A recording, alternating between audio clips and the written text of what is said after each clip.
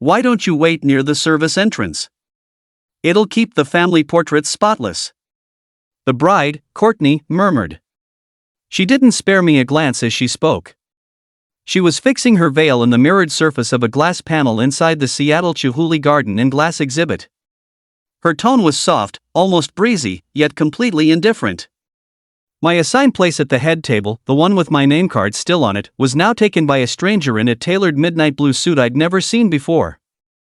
You don't quite match the formal black tie vibe this evening, Lauren added. Only then did she turn, offering me a sympathetic half-smile. Anyway, the vendor tables have a stunning view of the glass sculptures. I stood there in my charcoal silk gown, the warm, humid air of the enclosed space clinging to me. I didn't raise my voice. I didn't break down. I simply walked to the gift table, located the thick ivory envelope addressed to me, and slipped it into my evening bag. Inside was a cashier's check for $10,000. I turned and left through the main entrance without uttering a word. Before I share what happened when the bank alerts began flooding his phone during their honeymoon, leave a comment telling me where you're reading from and what time it is there right now. I'm curious to see how far this story reaches. The drive home was a haze of passing headlights and quiet. I left the radio off. I needed the stillness to process everything.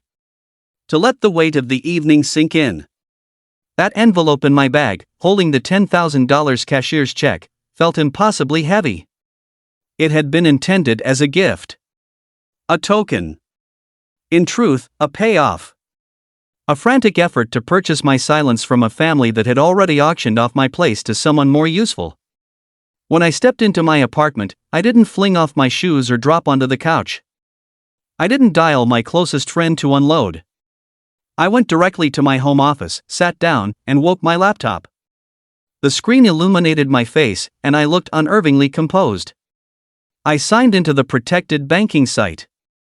I didn't need saved passwords, I remembered them perfectly because I'd created the accounts myself. I pulled up the joint business accounts for Justin's tech venture, VisionForge VR. He branded it revolutionary. I saw it as a money pit. The transaction log appeared, a cascade of negative balances. I scrolled past the $25,000 catering charge. Then I spotted it. 2 first-class round-trip tickets to the Maldives, booked the day before on the corporate card. My card. The one I had personally guaranteed. I didn't feel rage. Rage is fiery and chaotic.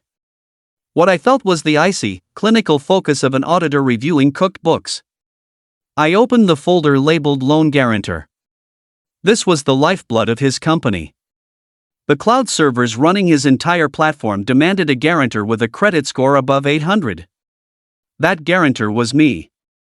Without those servers, his groundbreaking app was just lines of code drifting in nothingness. I moved to the liability removal section. My finger paused over the trackpad. I pictured the folding chair by the service doors. I pictured the unknown man in my seat. I pictured the 10 years I'd spent cleaning up his messes, covering his shortfalls, and making excuses for his entitlement. I selected immediate withdrawal of personal guarantee. A confirmation dialog appeared. This action may trigger instant service termination and asset holds. Proceed? I didn't waver. I confirmed. The page refreshed. Guarantee terminated. It wasn't a meltdown. It wasn't revenge-fueled hysteria. It was simply me closing out a disastrous investment. As I stared at the confirmation message, memories didn't wash over me in a sentimental rush. They arrived as entries on a balance sheet. A mental ledger I'd long pretended didn't exist unfurled, calculating the price of my own invisibility. $145,000. That was the principal alone. It didn't include interest or the emotional toll of every transfer. It began modestly. A damage deposit for his first loft when cash was tight. Then co-signing the lease on a trendy downtown office because no landlord would rent to a 24-year-old founder with no revenue. Then came the emergency cash infusions, $5,000 one night, $8,000 another, usually at 2 a.m. when he was spiraling over payroll. I remembered a Thanksgiving dinner at an upscale steakhouse downtown. My father, Gary, rose and clinked his glass. He gave a toast to Justin's bold vision, declaring how proud he was that a walker was finally going to reshape technology. My mother, Deborah, dabbed her eyes, glowing at her prized son. Justin absorbed the praise, looking utterly convinced. When the check arrived, $600 for prime cuts and rare wines, no one moved for it. The server lingered. The awkward pause stretched. My father patted his jacket and joked about forgetting his wallet in the valet. Justin stayed glued to his phone. I quietly placed my card on the tray. No one thanked me. No one even registered it. I was simply the system that made the payment go through. For years I'd asked myself why. Why did I keep pouring money into a failing venture? Why did I guarantee loans for a brother who auctioned my wedding seat? In the glow of the screen, I finally faced the answer. It wasn't because I was the devoted sister. It was because I was caught in the sunk cost fallacy. That cognitive trap where you keep funding a losing proposition because you've already sunk so much into it. You convince yourself that one more $10,000 infusion will somehow redeem the prior $100,000. If you walk away, you must admit everything invested, money, time, heart, was wasted. You must admit you were wrong. I had treated my family ties like a plummeting stock. I kept buying shares, praying for a rebound. Hoping that one more bailout, one more crisis averted, would finally yield dividends in the form of affection. But staring at the negative figures, I understood I wasn't selfless. I was a gambler who wouldn't leave the table. And that night, I finally cashed out my chips. I wasn't losing a brother. I was recognizing a bad asset and writing it off. And for the first time, my books were heading toward balance. 3 days. That's how long it took for the consequences of my withdrawal to reach them across the planet. For 72 hours, my phone stayed gloriously quiet. I went to work, tended my plants, enjoyed coffee on my balcony.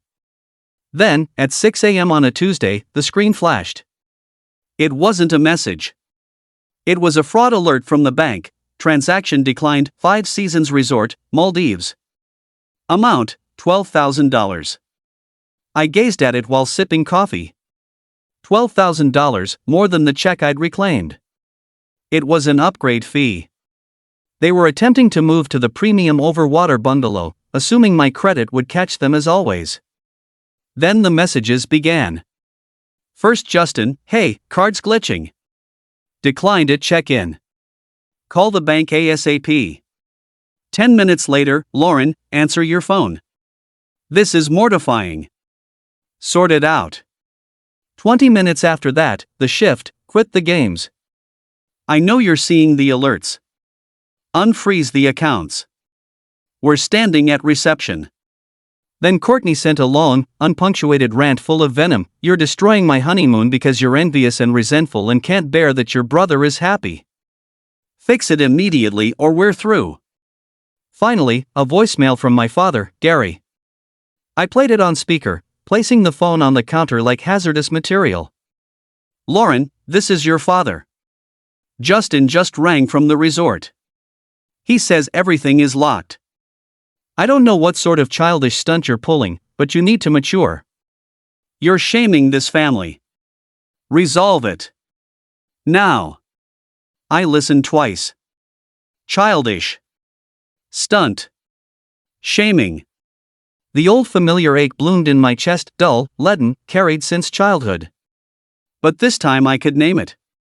I'd once read about glass child syndrome. Typically it describes the healthy sibling of a sick or disabled child, the parents so consumed by the demanding one that the healthy child becomes invisible, expected to be flawless, independent, because nothing is left for them. In my family, Justin wasn't ill or disabled. He was just self-absorbed. And I wasn't merely healthy, I was reliable. I realized I wasn't unseen because they didn't care. I was unseen because I functioned. I was the pane of glass they looked through to admire their son. Clear, strong glass that kept the weather out so they could enjoy the scenery. You don't notice glass until it breaks. You don't thank glass for its transparency. You only yell when it cracks. They didn't view me as daughter or sister. They viewed me as infrastructure. And infrastructure isn't negotiated with, it's just expected to support the structure. I looked at the phone vibrating again with an overseas call. I felt no compulsion to pick up. No urge to justify or apologize for being childish. I felt the sharp, clean satisfaction of finally becoming visible by becoming solid. If they wanted to see me now, they'd have to notice the fractures. The threats arrived an hour later. Justin dropped pleading for intimidation. If you don't restore access in 10 minutes, you're dead to us.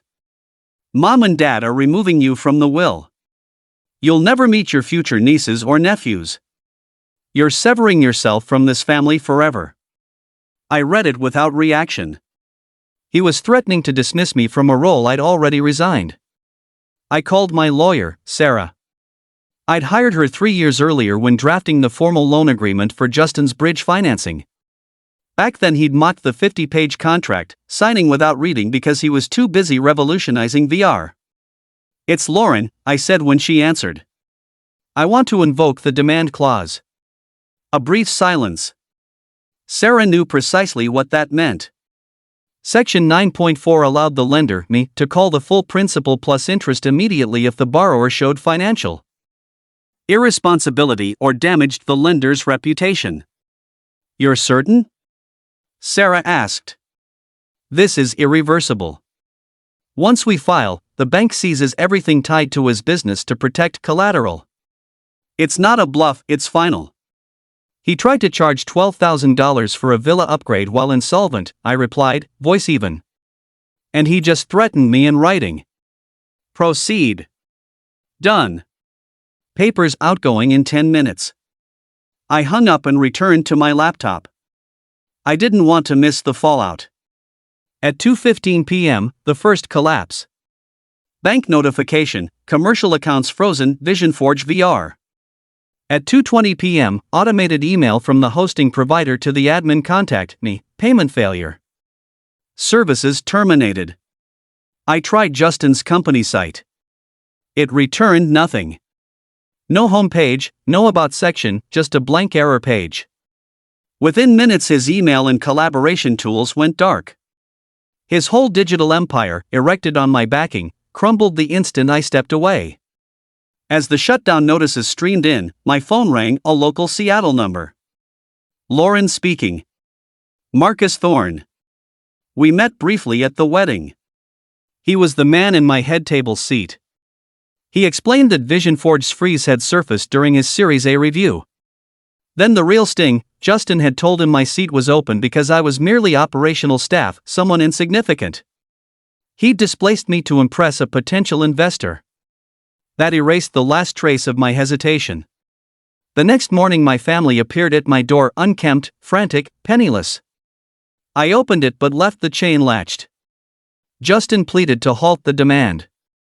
Courtney shouted.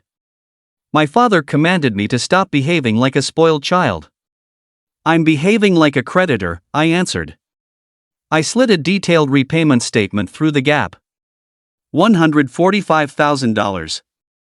The cost of my place at the head table. Justin whispered he couldn't pay. I told him he didn't lose the investor because of me. He lost him because of how he treated me. I resign, I said. And closed the door. The quiet that followed felt like fresh air. I blocked every number. Watched the Seattle dawn. And opened the decade-old folder of loan records, rescues, secrets, and sacrifices. Then I selected everything and deleted it permanently. I call it the peacekeeper's paradox. Believing you're maintaining harmony when you're actually waging a silent war so no one else has to. Letting the structure finally fall was the first moment I could truly breathe. If you've ever been the invisible peacekeeper in your family, share your experience below. I'll read them all. Don't forget to like, subscribe, and hit that bell icon so you never miss a twist. Stay tuned to Reddit Tales Times for your daily dose of drama, laughs, and unbelievable stories.